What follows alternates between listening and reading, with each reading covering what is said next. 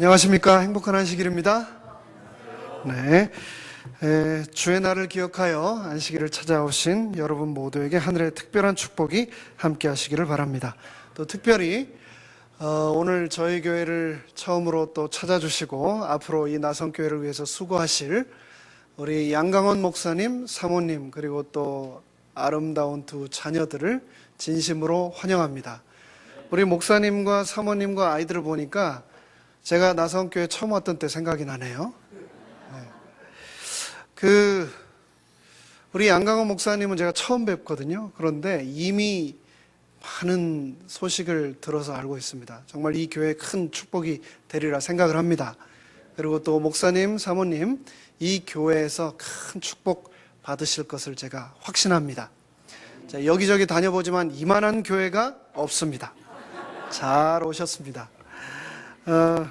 굳이 얘기를 안 해도 되는데 그런 얘기를 해 주셔서 제가 나중에 이유를 알았는데, 제가 여기 나성교회 올 때 처음에 한 표 차이로 왔다고 그러시더라고요. 한 표 차이로. 그래서 시간 지나고 나서 내가 왜 그렇게 힘든 시간을 보냈나 했는데 뭐 그 얘기를 들어보니까 조금 이해가 가요. 그런데 우리 양강원 목사님은 저하고는 비교가 되지 않는 분입니다. 청빙위원회도 하지 않고 임시 직원에서 만장일치로 우리가 모신 분입니다. 아마 이 목사님을 통해서 우리 모두가 큰 축복받을 것을 확신하고 하나님께 진심으로 감사를 드립니다.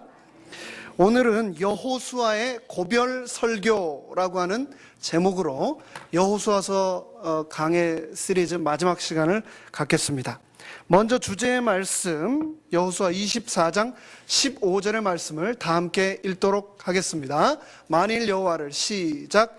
만일 여호와를 섬기는 것이 너희에게 좋지 않게 보이거든 너희 열조가 강 저편에서 섬기던 신이든지 혹 너희의 거하는 땅 아모리 사람의 신이든지 너희 섬길 자를 오늘날 택하라.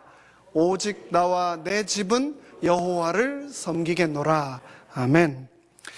여호수아서를 지난 한 해 동안 우리는 공부를 해왔습니다. 1월에 시작했는데 벌써 10달이 되었습니다. 그리고 모든 장을 저희가 다 살피지는 못했지만 주요한 굵직굵직한 여호수아의 큰 고비고비 챕터들을 저희가 다 살폈습니다. 모세가 40년간 이끌던 이스라엘 백성들을 약속의 땅을 눈앞에 두고 하나님은 호련히 모세를 데리고 가셨습니다. 그리고 그 200만 명의 오갈바를 알지 못하는 백성들을 여호수아에게 맡기셨습니다. 새롭게 지도자로 세움을 받게 되었죠.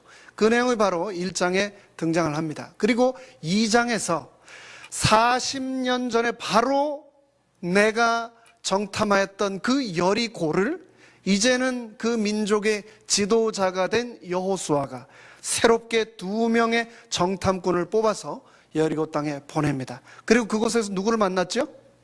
라합이라고 하는 이방 여인을 만나고 그 여인을 통하여서 하나님께서 놀라운 구원의 섭리를 이스라엘 백성들에게 펼친 내용이 바로 2장에 등장을 합니다.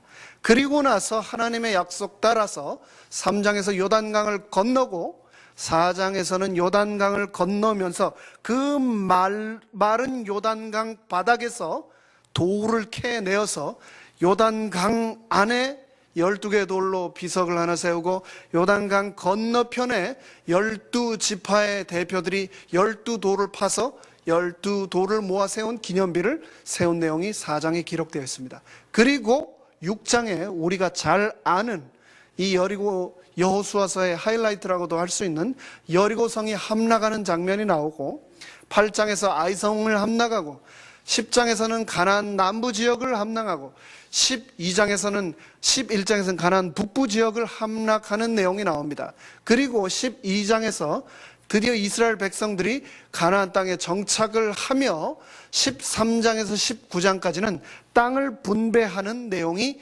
등장합니다.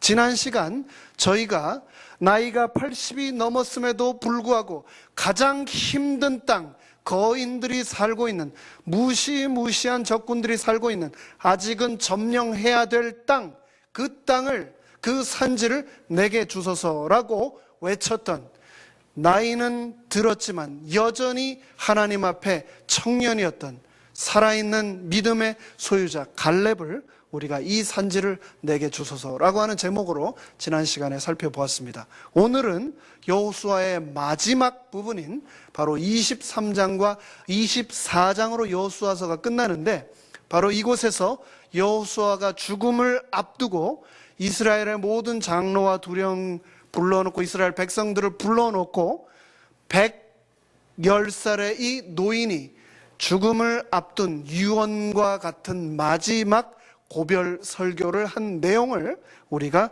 함께 살펴보도록 하겠습니다. 이제 말씀을 살피기 전에 한 가지 제가 퀴즈를 드리도록 하겠습니다. 여러분이 저하고 그래도 조금 사셨잖아요. 그러니까 아마 저에 대해서 조금은 아실 거고 쉽게 맞힐 수 있을 거라고 생각합니다. OX 퀴즈입니다.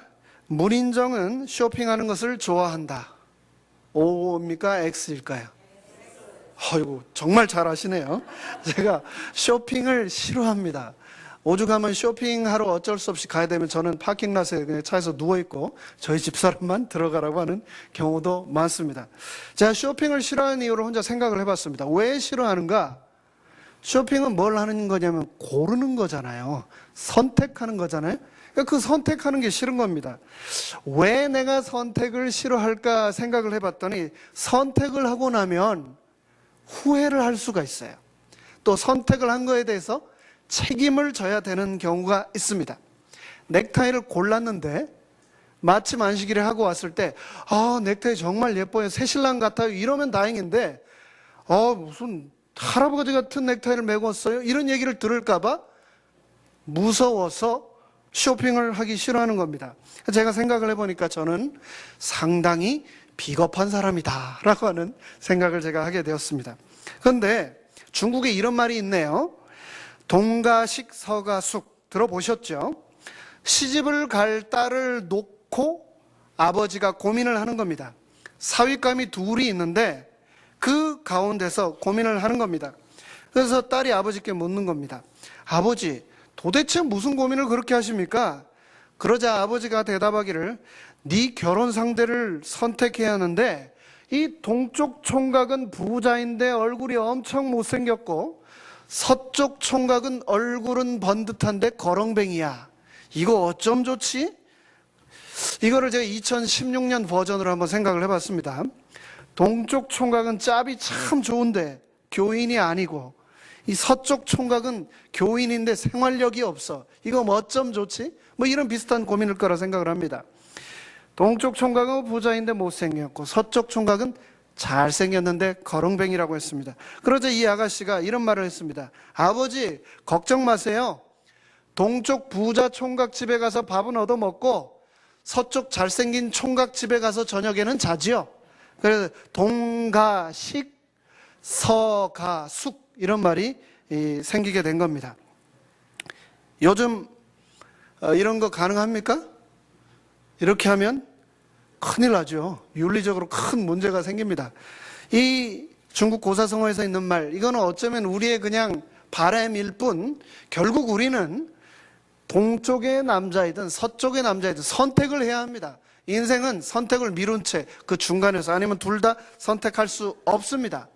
그런데 성경에 보면 탁월한 선택으로 그의 인생에 흠이 없는 인물로 기록된 사람, 그 사람이 바로 오늘 저희가 마지막으로 살펴볼 누구일까요?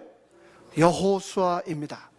이 여호수아는 40년 전 여리고성을 정탐하고 왔을 때 10명의 정탐꾼들은 그 땅 우리 가면 죽는다, 우리는 메뚜기다, 꿈도 꾸지 마라 라고 얘기를 할 때, 그 땅은 하나님이 우리에게 주신 젖과 꿀이 흐르는 땅이다 라고 얘기를 했습니다. 그러자 어떻게 했습니까? 그 10명의 정탐꾼들과 이스라엘 백성들이 여호수아를 어떻게 하려고 했습니까? 돌로 쳐서 죽이려고 했습니다. 그럴지라도 이 사람은 사실을 사실대로, 진리를 진리라고, 하나님께서 주신 약속을 그 약속 그대로 말하는 것을 선택했던 사람입니다. 그런데 그 여호수아가 이제는 110세의 고령의 노인이 되어서 이스라엘 지도자들과 백성들을 모아놓고 마지막 죽음을 앞두고 유언의 고별 설교를 하면서 이스라엘 백성들에게 선택하라라고 호소를 하고 있는 겁니다.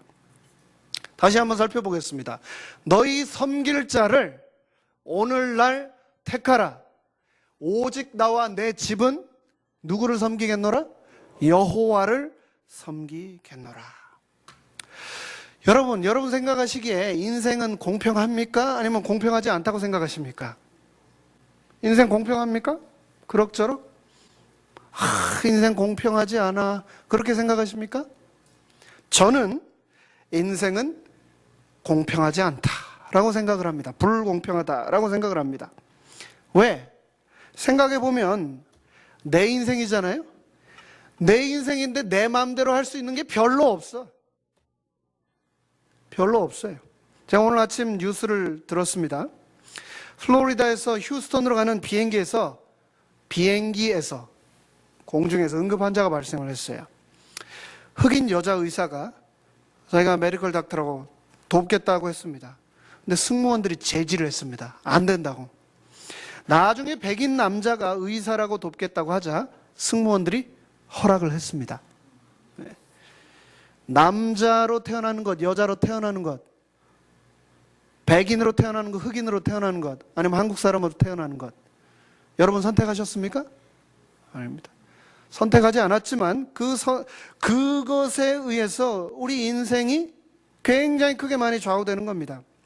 아리조나에서 바로 옆이죠. 6시간 가면 있는 그 아리조나에서 SB 1070이라고 하는 법안이 통과됐습니다.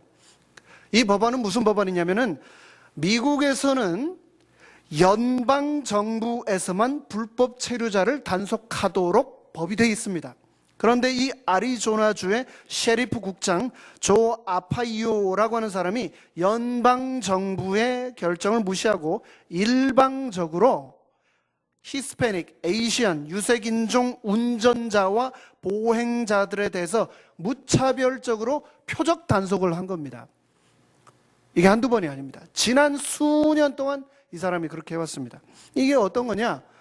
집 앞에 얼음을 사러 그로서리를 가는 겁니다. 그런데 지갑을 안 가지고 갔어요. 아이디가 없어요. 신분증을 제시 못할 경우 그 자리에서 수갑을 채우고 그대로 재판에 넘어가서 20일 동안 철창에 들어가 있는 겁니다. 이 아파이오라고 하는 셰리프 국장은 트럼프의 맹신적인 지지자인데 지난 9월 1일 아리조나에 있었던 공화당 선거에서 67%를 득표하면서 압도적으로 승리를 거두었습니다. 백인으로 코케이션으로 태어나는 것, 히스패닉으로 태어나는 것, 아시안으로 한국 사람으로 태어나는 것 내 선택이 아닙니다. 지난달 인구 센서스 설문조사 결과 흑인들의 48%가 피부색 때문에 불이익을 당한 적이 있다라고 답했습니다. 그렇다면 에이시언들은 어떨까요? 미국에 살고 있는 에이시언들의 3분의 1이 피부색 때문에 불이익을 당했다라고 똑같이 답을 했습니다.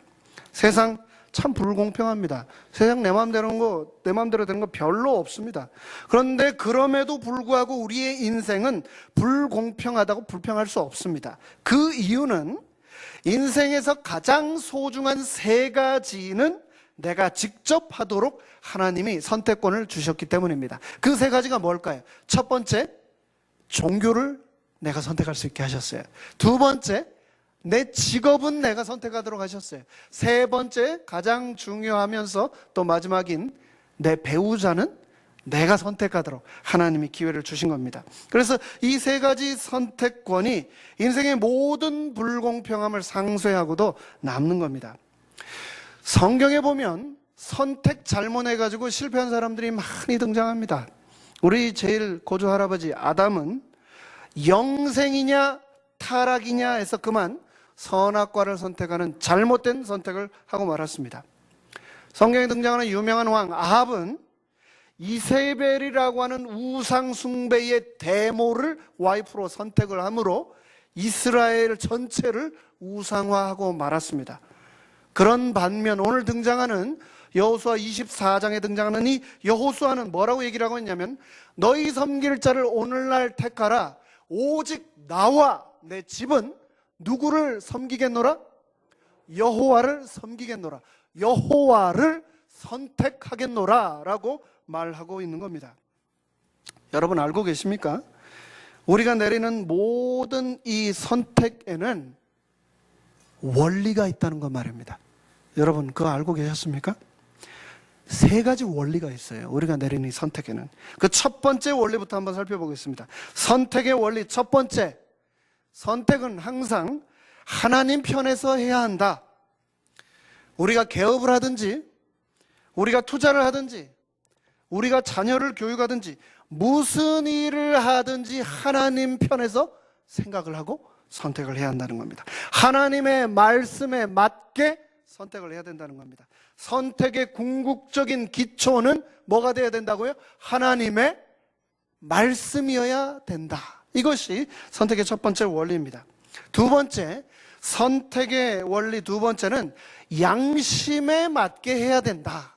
양심에 맞게. 선택을 하고 나서 양심이 불편하면 그 선택은 잘못된 겁니다. 일전에 나왔던 뉴스에서 페도돈티스트, 이게 뭔지 아시죠? 페디아트릭 덴티스트, 어린이 치과 의사를 말하는 건데, 이 켄터키에서 한 코케이션 백인 남자 어린이 치과 의사가 청각장애아 어머니의 아이들, 저소득층이죠. 메디칼을 받는 이 저소득층의 여자아이들이 치과를 왔는데 정부에 의료비를 청구하려고 멀쩡한 이 여자아이들의 이빨을 몽땅 다 뽑았습니다. 이 아이들이 비명을 지르는데 엄마가 귀가 안 들리니까, 청각장애인이니까 이 아이들을 꽁꽁 묶어놓고 이빨을 다 뽑은 겁니다. 나중에 그거를 알게 되고 이 사람이 주기적으로 이런 장애자들의 자녀들에게 이런 식으로 부당 청구를 했다는 내용이 뉴스에 나왔습니다. 그렇게 이빨 많이 뽑아가지고 돈 벌면 양심이 편할까요? 요즘 이제 대통령 선거 며칠 안 남았습니다. 11월 8일. 불법으로 수많은 사람들을 해고를 하고 멀쩡한 기업체를 부도 처리시켜가지고 뱅크럽 파일을 해가지고 부를 쌓아 올리고 수많은 음담패설과 지난주에만 6명의 새로운 여성들이 추가로 성폭행을 당했다고 그 공개를 했는데, 그렇게 부정을 하고도 그 부정들을 무마시키고 나서 대통령이 되고 나면 뭐하나? 그렇게 대통령이 되고 나면 양심이 행복할까? 저는 그런 생각을 하고 합니다. 선택이라고 하는 것은 하고 나면 마음이 편안해야 합니다. 마음이. 우리 신앙에 있어서 한쪽 날개가 믿음이라면 우리 신앙의 또 다른 한편 날개는 양심입니다. 양심. 우리가 믿음 생활을 한다고 하면서 우리 양심이 거슬린다면, 거리끼는 행동을 한다면 그건 신앙이 아닙니다. 양심이 상하면 믿음도 상하거든요. 그러니까 양심에 거스르는 그런 선택은 결코 우리가 해서는 안 되겠습니다. 선택의 원리 세 번째, 다른 사람에게 유익을 주는 선택을 해야 된다. 선택을 할 때 나만 좋자고 하는 선택은 결코 좋은 선택이 아닙니다. 모든 사람에게 유익하게 꼭 선택을 해야 됩니다.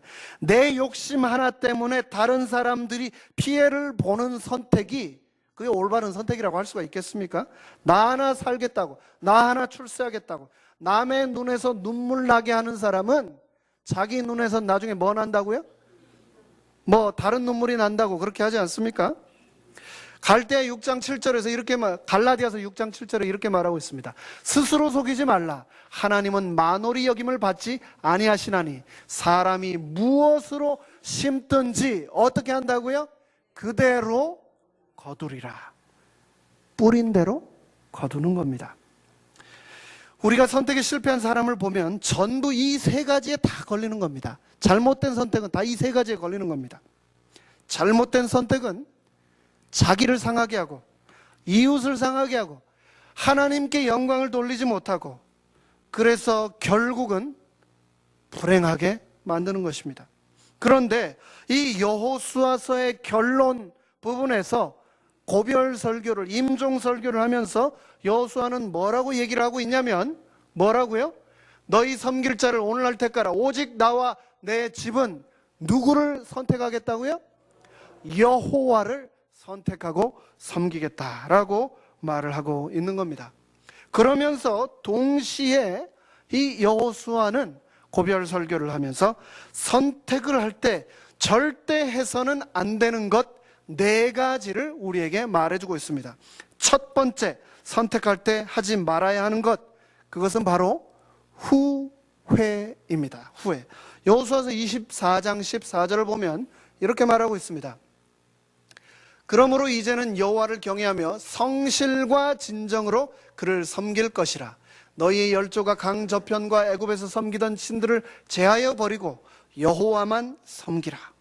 여기에서 뭐라고 얘기하고 있냐면은 성실과 진정으로 하나님을 섬기라 라고 얘기를 하고 있습니다. 성실이라고 하는 히브리어 원어는 아만입니다. 성실의 히브리어 원어는 아만인데 이것이 헬라어로는 아메인이고 오늘날 우리가 예배 시간에 사용하는, 기도 시간에 사용하는 뭐가 됐을까요? 에이멘, 아멘이 된 겁니다. 아멘이라고 하는 말은 내가 믿는다, 진심으로 그렇게 되기를 바란다 라고 하는 말입니다. 내가 선택할 때 하나님과 함께 선택했는가? 인도하시는 하나님께 내가 아멘 했는가? 아멘이라고 하는 말은 뭐라고요? 내가 믿는다라고 하는 말이라고요. 그러기 때문에 아멘하고 선택을 한 다음에 결코 무엇해서는 안 된다? 후회해서는 안 된다. 어떤 사람은 참 후회를 많이 합니다. 저도 후회를 많이 하긴 하죠. 그런데 누구나 다 후회는 합니다. 그런데 어떤 사람은 밥만 먹고 앉아만 있으면 후회를 하는 사람이 있어요. 머리 자르고 나서 머리 너무 짧게 잘랐어. 길게 자르면 머리 너무 길게 잘랐어. 영화를 보고 나면 돈 아까워, 진짜 재미없네. 가구를 사고 나면 내 스타일에 정말 딱 떨어지지는 않아. 집을 사고 나서도 후회를 합니다. 뭐라고요? 너무 비싸게 준 것 같아. 나중에 집값 안 오르면 어떻게 하지? 옷을 사고도 이런 사람은 후회를 합니다. 뭐라고? 자기 몸매는 생각지도 않고 옷이 맵시가 안 난다고 또 불평을 하고 후회를 하는 겁니다. 실제로 제가 한국에 있을 때 저희 교회에 계시던 한 분은 하나님 믿은 것까지도 후회한다고 얘기를 하면서 저보고 뭐라고 얘기를 하셨냐면은, 내가 하나님 안 믿고 술 잘 마셨으면 사업 잘해가지고 돈 많이 벌었을 겁니다 라고 하면서 하나님 믿는 것까지 후회하는 사람도 있었습니다. 그런데 성경에서는 뭐라고 얘기를 하냐면은 후회하지 말라. 보겠습니다. 로마서에서 하나님의 은사와 부르심에는 뭐가 없느니라? 후회하심이 없느니라. 하나님은 우리를 부르시고요, 하나님은 우리를 살리기 위해 하나밖에 없는 독생자를 십자가에 보내시고 나서 결코 후회하지 않으셨다라고 성경은 말하고 있습니다. 하나님은 인생이 아니시니 시건치 아니하시고 인자가 아니시니 뭐가 없으시도다? 후회가 없으시도다. 어찌 그 말씀하신 바를 행치 않으시며 하신 말씀을 실행치 않으시랴. 하나님은 후회하지 않으십니다. 하나님의 사람이라면, 하나님의 말씀대로 사는 사람이라면 선택을 하고 나서 후회해서는 안 되겠습니다. 두 번째, 우리가 선택할 때 해서는 안 되는 것은 변심입니다. 선택하고 나서 뭐 하면 안 된다고요? 변심하면 안 된다고요. 여호수아서 24장 15절에 이렇게 말하고 있습니다. 만일 여호와를 섬기는 것이 너희에게 좋지 않게 보이거든 너희 열조가 강 저편에서 섬기던 신이든지 혹 너희의 거하는 땅 아모리 사람의 신이든지 너희 섬길 자를 오늘날 택하라. 오직 나와 내 집은 여호와를 섬기겠노라 라고 얘기를 하고 있습니다. 사랑하는 연인에 대한 그 마음을 지키는 것을 우리가 뭐라고 합니까? 정절이라고 그러죠. 그런데 그 정절, 연인이 변심을 하는 것이 세상입니다. 군인이 나라에 대해서 한 마음을 갖는 것, 그것을 뭐라고 합니까? 충절이라고 합니다. 그런데 그러한 군인들조차도 역모를 일으키는 것이 오늘날 세상입니다. 낳아주신 부모님께 사랑을 다하여 섬기는 것, 그것을 뭐라고 합니까? 우리가 효도라고 합니다. 하지만 부모마저도, 그런 부모님마저도 저버리는 것이 오늘날의 세상입니다. 인간의 가장 기본이 되는 도리 중에 하나가 바로 이러한 것들인데, 그에 반하는 것이 바로 변심입니다. 하나님이 구름 기둥과 불 기둥으로 홍해를 가르시고 이집트에서 탈출하게 하셨습니다. 그러자 어떻게 했습니까? 탬버린 치면서 하나님을 찬양하며 좋아하다가 찬양하다가 모세가 산 위에 올라가서 40일 동안 내려오지 않자 모세가 더 이상 내려오지 않는다고 하나님이 어디 있냐고 하면서 이스라엘 백성들이 뭘 만들었습니까? 금송아지를 만들고 그 주위를 날뛰면서 하나님을 언제 믿었냐는 듯이 변심하였던 것, 그것은 참된 선택이 아니었습니다. 한 번의 선택은, 참된 선택은 결코 변하지 않는 것입니다. 세 번째, 우리가 선택할 때 하지 말아야 할 것은 미루는 것입니다. 미루는 것. 여러분, 선택할 때 바로 하십니까? 아니면 미루십니까? 아니면 아예 결정을 안 하십니까? 여러분 어떻게 하고 계십니까? 여호수아 24장 15절에 이 말씀을 좀 더 자세히 보겠습니다. 너희 섬길 자를 오늘날 택하라 라고 했습니다. 킹 제임스 버전에서는 this day에 선택을 하라고 했습니다. New Living Translation은 뭐라고 했냐면 오늘, today, choose today, 오늘 선택하라 라고 말을 하고 있습니다. 그러면서 I will serve the Lord, 나는 오늘 여호와를 선택하겠다라고 말을 하고 있습니다. 선택, 미뤄서는 안 됩니다. 확신이 있다면 절대 미루지 말고, 특별히 신앙 안에서 하나님에 대한 선택은 결코 미루어서는 안 되겠습니다. 고린도서에 뭐라고 기록하고 있습니까?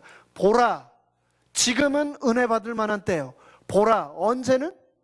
바로 지금, now is the day of salvation, 바로 지금이 구원받을 때라고 말을 하고 있는 것입니다. 하나님 믿고 하나님의 아들과 딸로 태어나기로 결심하는 것, 침례받는 것 미뤄야 될까요? 아닙니다. 지금 선택하는 겁니다. 지금. 내일 하나님의 아들과 딸로 다시 태어나기로 결심한 6분, 지금 하신 선택 하나님께서 축복하실 겁니다. 여러분의 그 탁월한 선택을 하나님께서는 기뻐하실 것입니다. 사탄은 우리가 늘 다음으로 미루기를 기대합니다. 신앙의 길에서도 미루기를 바랍니다. 직장 문제가 해결되면 내가 신앙을 온전히 지켜야지, 돈 문제가 해결되면 성실하게 하나님 믿어야지, 목사님 바뀌고 나면 교회 나가야지, 이렇게 자꾸 미루도록 하는 것, 그것은 사단의 음성입니다. 헌신의 길에서도 마찬가지입니다. 11조 문제에 있어서도 마찬가지입니다. 교회 직분을 맡는 일에서도 마찬가지입니다. 사단은 끊임없이 우리가 미루기만을 원하고 있습니다. 하지만 now, today, tonight is the day of salvation, 바로 지금, 오늘 이 순간이 하나님께서는 우리에게 선택하라고 주신 시간임을 기억해야 되겠습니다. 엘리야는 우리에게 이렇게 말했습니다. 너희가 어느 때까지 두 사이에서 머뭇머뭇하려느냐? 여호와가 만일 하나님이시면 그를 쫓고 바알이 만일 하나님이면 그를 쫓을지니라. 이렇게 말하자 이스라엘 백성들이 대답하지 않았습니다. 그를 쫓을지니라 한 이 말에 대해서 이스라엘 백성이 한 말도 대답하지 아니하니라. 결국 이스라엘 백성들이 어떻게 됐을까요? 전부 다 망했습니다. 선택하지 않았습니다. 미루었습니다. 그들은 결국 그들의 미움 때문에 멸망의 길을 선택하게 되었던 것입니다. 네 번째, 우리가 선택할 때 결코 해서는 안 되는 것, 그것은 책임 회피입니다. 선택을 하고 나서 책임을 회피해서는 결코 안 된다는 겁니다. 넥타이를 고르고 나서 이 넥타이가 안 예쁘네, 그거 좀 옛날 것 같아요 라고 하면 당신이 그때 그거 좋다고 했잖아 라고 핑계대지 말라는 겁니다. 여호수아 24장 22절에 이렇게 말하고 있습니다. 여호수아가 백성에게 이르되 너희가 여호와를 택하고 그를 섬기리라고 하였으니 스스로 증인이 되었느니라. 그들이 가로되 우리가 증인이 되었나이다 라고 이스라엘 백성들이 말했습니다. 스스로 증인이 되었다는 말은 무슨 말입니까? 스스로 자기가 무엇을 지겠다? 책임을 지겠다라고 하는 말씀 아닙니까? 우리 사랑하는 자녀들이, 믿음 안에 우리의 자손들이 이런 책임 회피를 하고 있지는 않습니까? 부모님 때문에 내 인생이 이렇게 됐다고, 내가 가난해서 이렇게 됐다고, 내가 이민 와서 이렇게 됐다고, 내가 몸이 약해서 이렇게 됐다고, 나를 아무도 도와주지 않았기 때문에 내가 이렇게 되었다고, 기회가 없어서 내가 이렇게 되었다고 혹시 책임 회피하고 있지는 않습니까? 죄인들의 대표적인 증상, 반응이 뭐냐면은 바로 책임 회피입니다. 책임 회피. 우리 할아버지 아담이 뭐라고 했습니까? 선악과 먹고 나서 하나님이 뭐라고 하니까 아담 뭐라고 그랬습니까? 누가 만들어주신? 하나님이 만들어주신 누가요? 저 여자 때문에 내가 선악과 먹었습니다 라고 책임 회피했지 않습니까? 하와에게 하나님 물으실 때 하와 뭐라고 했습니까? 하나님이 만들어 놓으신 저 뭐 때문에? 저 뱀 때문에 내가 먹었습니다 라고 책임을 회피하지 않았습니까? 우리가 더 이상 핑계 대지 말고 책임 회피하지 말아야 합니다. 내 인생 모든 일 내가 선택한 겁니다. 내가 선택을 했으니 책임 누가 져야 될까요? 내가 져야지요. 내가 한 선택, 내가 책임을 지는 겁니다. 세상에서 가장 아름다운 장면은 책임지는 장면이라고 저는 생각을 합니다. 벌써 10달 정도 지났네요. 작년 2015년 12월 15일에 무슨 일이 있었는지 여러분 기억하십니까? 그때 다량의 폭발물이 LA 여러 학교에 숨겨져 있고 동시에 폭발시키겠다라고 하는 이 폭발 테러를 가행하겠다라고 하는 이메일이 LA 카운티 교육청으로 날라왔습니다. 그래서 2015년 12월 그때 어떻게 해야 되는가 아주 굉장히 혼란 가운데 있었죠. 그런데 바로 2015년 12월 15일에 그 이메일이 도착하기 전 12월 2일에 무슨 일이 있었냐면은 여기서 가까운 샌버나디노 인랜드 리저널 센터에서 3명의 테러리스트들이 총기를 난사해가지고 그 자리에서 14명이 즉사를 하고 17명이 심각한 부상을 입고 병원으로 후송되는 그런 테러가 일어났습니다. 그 일이 일어나고 불과 한 주 조금 지난 그 순간에 테러 협박 이메일이 LA 카운티 교육청으로 날아간 겁니다. 모두 긴장했습니다. 그때 여러분 보시는 사진 위쪽에 LA 시장인 에릭 가세티가 즉시 LA 통합교육계에 1,500개 학교 70만 명의 학생들에게 휴교 명령을 내렸습니다. 70여만 명의 학생들은 그날 학교를 가지 않았습니다. 기억하시죠? 저는 아침에 학교 아이들을 싣고 갔다가 돌아왔습니다. 뉴스를 안 봤거든요. 네, 그날 테러가 일어나지 않았습니다. 다음 날 어떻게 됐을까요? 12월 16일에. 문제는 그 다음부터였습니다. 그때가 무슨 기간이었냐면은 아이들 기말고사 기간이었습니다. 아이들이 시험 공부해서 기말고사 보러 가는 날이었다고요. 근데 기말고사를 보지 못했죠. 시험 못 보게 되니까 학사 일정에 차질이 왔고 방학을 제때하지 못하게 됐고 엄청난 추가 비용의 지출이 일어났습니다. 엄청난 혼란이 뒤따르게 되었습니다. 그러자 그 모든 비난이 에릭 가세티 시장에게 몰려갔습니다. 그때 여러분 보시기에 이 에릭 가세티 시장 잘생겼습니까? 젊어 보입니까? 유능해 보입니까? 이제 45이라고요. 이제 2013년부터 시장한 지 이제 3년, 2년밖에 안 된 이 젊은 멕시칸 계열의 젊고 말쑥한 주이시 에릭 가세티 이 시장이 TV 인터뷰에서 뭐라고 했냐면은 나는 책임 없다. LA 카운티 통합교육국 책임이다. 나는 시장일 뿐 아무 책임도 없다라고 했습니다. 그리고 다음 화면이 LA 통합교육국의 책임자인 라몬 코르티네스에게로 옮겨갔습니다. 사진 아래쪽에 화면 아래쪽에 있는 사람입니다. 이분 연세가 어떻게 돼 보입니까? 1932년생이세요.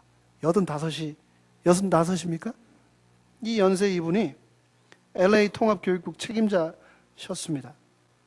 근데 이분이 며칠 동안 잠을 제대로 자지 못했습니다. 수척한 모습에 청바지에 씻지도 못하고 모자 쓰고 TV 인터뷰 방송에 응하면서 LA 에릭 가세트 시장에 나는 책임 없다라고 했을 때 화면이 바로 넘어가면서 이 코르티네스가 뭐라고 했냐면은 모든 게 다 제 책임입니다. 저를 비난하십시오. 그러면서 이렇게 말했습니다. 저는 저희 교육국 안에 있는 70만 명의 아이들의 안전과 생명이 제 명예보다 더 소중합니다. 아이들의 생명을 위해서라면 저는 뭐든지 할 겁니다. 라고 얘기를 했습니다. 책임 회피하는 모습처럼 비열한 모습 없습니다. 책임을 지는 모습만큼 아름다운 모습도 없습니다. 우리가 한 선택에 대해서 우리가 책임을 져야 하지 않겠습니까? 책임을 짐으로 하나님의 아름다운 아들과 딸로 우리가 살아가야 하지 않겠습니까? 여호수아서에서 계속해서 이렇게 말합니다. 그러므로 너희는 크게 힘써 모세 율법책에 기록된 것을 다 지켜 행하라. 그것을 떠나 좌로나 우로나 어떻게 하지 말라? 치우치지 말라. 올바른 선택을 위하여 말씀이 너의 인생의 최우선순위가 되라 라고 여호수아가 말을 하고 있는 겁니다. 여호수아는 이스라엘 백성들에게 너희들의 미래를 위하여 하나님의 신실한 백성이 되어야 한다 라고 유언하고 있는 겁니다. 자신의 평생을 붙들고 있던 여호수아 삶의 우선순위, 자신을 평생 붙들고 있던 하나님의 말씀, 그것을 붙들으라고 이스라엘 백성들에게 호소하고 있습니다. 새로운 시대에도 여전히 승리의 비결은 무엇밖에 없다? 하나님의 말씀밖에 없다라고 말을 하고 있는 겁니다. 여러분 잘 아시겠지만 유대인들은 자녀가 말을 배우기 시작하면 쉐마라고 불리는 신명기 6장 4절로 9절의 말씀을 테필린이라고 하는 조그만 상자에 담아서 팔목과 이마에 붙이고 다니면서 말씀과 가까이 지내도록 합니다. 이 말씀 한번 읽어보겠습니다. 이스라엘아 들으라. 우리 하나님 여호와는 오직 하나인 여호와시니 너는 무엇을 다하고 마음을 다하고 무엇을 다하고 성품을 다하고 무엇을 다하여 힘을 다하여 너의 하나님 누구를? 여호와를 사랑하라. 유대인들이 이렇게 가르치는 겁니다. 불완전한 인간의 지식이나 경험보다 하나님의 지혜와 말씀을 먼저 생각하라 라고 가르치는 겁니다. 또한 이 쉐마의 말씀을 양피지에 써서 나무나 쇠로 만든 통에 넣은 다음 집 대문에 이렇게 붙여놓는다고 합니다. 이것을 메주자라고 한다고 하는데 출입을 할 때마다 시편 121편 8절에 있는 여호와께서 너의 출입을 지금부터 영원까지 지키시리로다 라고 하는 이 시편의 말씀을 외우면서 이곳에다가 입을 맞춘다고 합니다. 말씀으로 한평생 말씀에 입맞추며 말씀을 인생의 최우선 순위로 삼고 살아가도록 어려서부터 그렇게 교육시키는 겁니다. 살아 역사하는 말씀을 가까이 하고 그 말씀을 우리가 붙들 때 우리 인생은 승리와 성공이 보장될 것이다 라고 여호수아는 고별 설교를 유언을 하고 있는 겁니다. 그러면서 8절에서 여호수아는 이스라엘 백성들에게 하나님의 말씀을 가까이 해라. 그분의 말씀을 끝까지 붙들어야 한다라고 다시 한번 강조하고 있습니다. 여호수아가 인생을 마치면서 주는 마지막 메시지, 그가 하는 마지막 메시지는 바로 이것입니다. 하나님의 사람으로 살아라. 하나님의 말씀을 내 삶의 최우선의 자리에 모시고 살아라. 오직 너희는 하나님 여호와께 가까이 하기를 오늘까지 행한 것 같이 행하라 라고 말씀하고 있는 겁니다. 이스라엘 백성들과 헤어지게 되는 여호수아는 그들에게 한마디로 하나님께, 하나님 말씀에 딱 달라붙어 있어라 라고 유언을 하고 있는 겁니다. 제가 한국에 살 때 저희 집이 19층이었습니다. 아파트가 20층인데 19층이었어요. 그때 저희 큰아이가 아주 어린 아이였죠. 3살, 4살 됐을 겁니다. 근데 아파트 엘리베이터 1층을 누르면 사람들이 타죠. 그리고 이제 집에 19층까지 올라갑니다. 근데 이제 반대로 19층에서 1층으로 내려갈 때 19층에서 누르고 타면은 저와 저희 딸아이 둘만 있습니다. 이렇게 가만히 있던 애가 18층 되면 띵동 하면서 문이 열리고 낯선 사람이 엘리베이터에 탑니다. 17층 내려가면 16층 내려가면 계속해서 엘리베이터 안에 새로운 사람들이 타죠.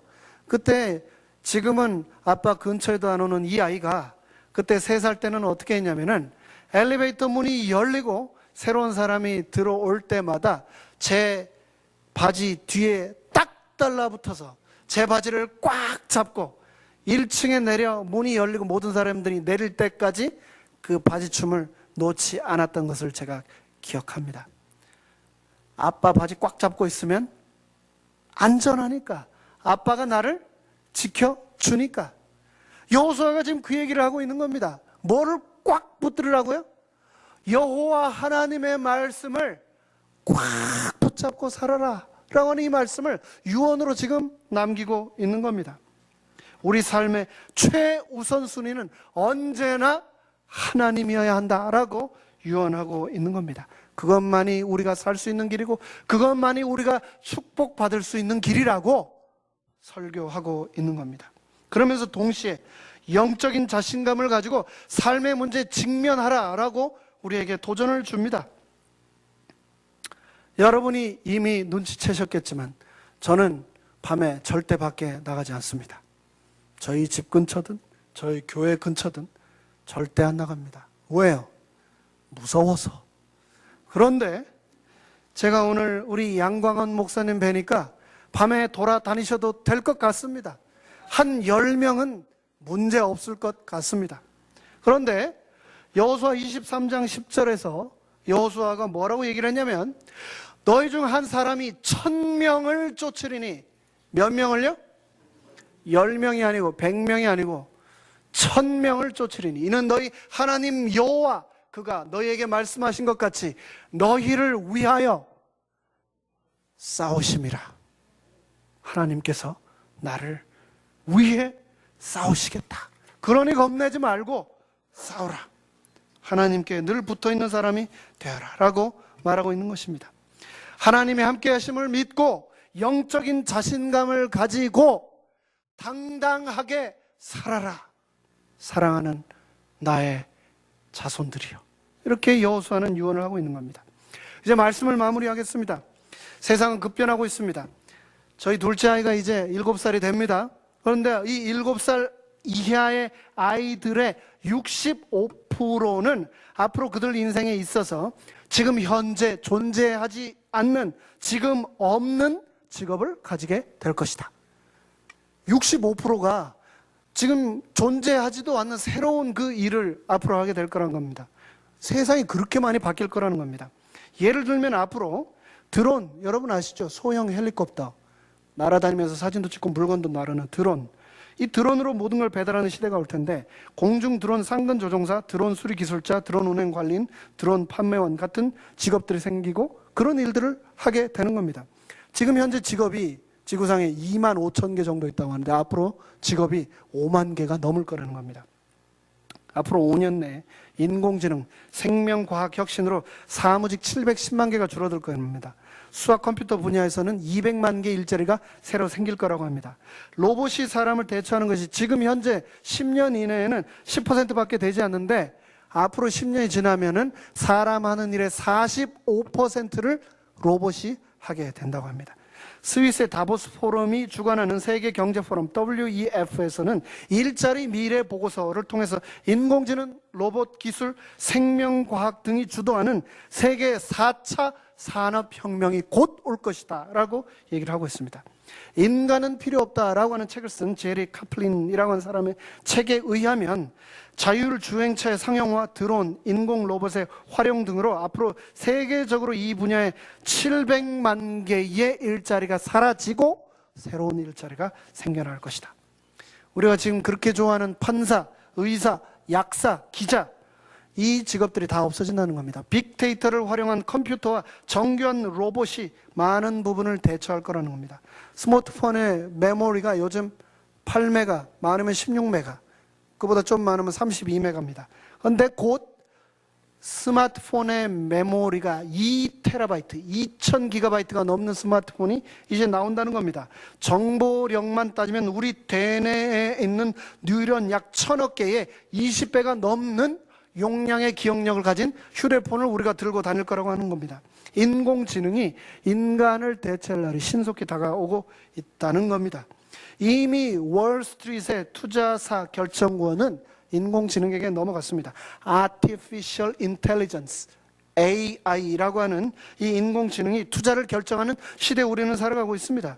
세계 금융의 중심지인 뉴욕 월가에서 이미 인공지능 컴퓨터로 주식을 하고 있고 그 수익률이 인간이 하는 것보다 더 높대요. 지금 사람이 하는 것보다 컴퓨터 프로그램을 통해서 AI로 하니까 투자 수익률이 더 높고 손실률도 적다는 겁니다. 아마존이나 자동차 회사도 로봇이 이미 그 사람이 하는 일자리를 다 차지하고 있습니다. 세상이 무섭게 변하고 있습니다. 그런데 오늘날처럼 오늘 못지않게 엄청난 격변의 시기를 이 이스라엘 백성들은 살아가고 있었습니다. 무려 430년 동안 노예로 살았습니다. 주인이 아니고 시킨 일만 하면서 하나님 없이 이 사람들은 살았던 겁니다. 그리고 나서 40년은 집도 없이 정처 없이 광야를 떠도는 광야 이드로 40년을 그렇게 또 살았던 사람들입니다. 그 사람들이 지금 어디에 들어간 겁니까?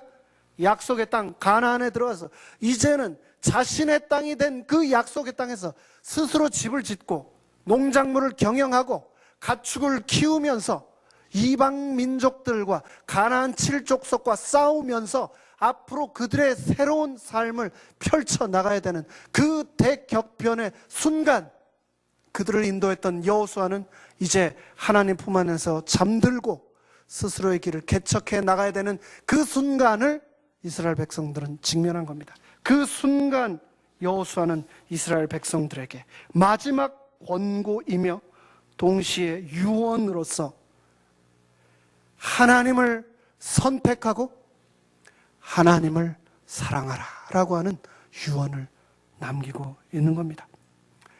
세상이 변할수록 불확실성이 높을수록 우리가 이루어야 할 사명은 더욱더 분명해집니다.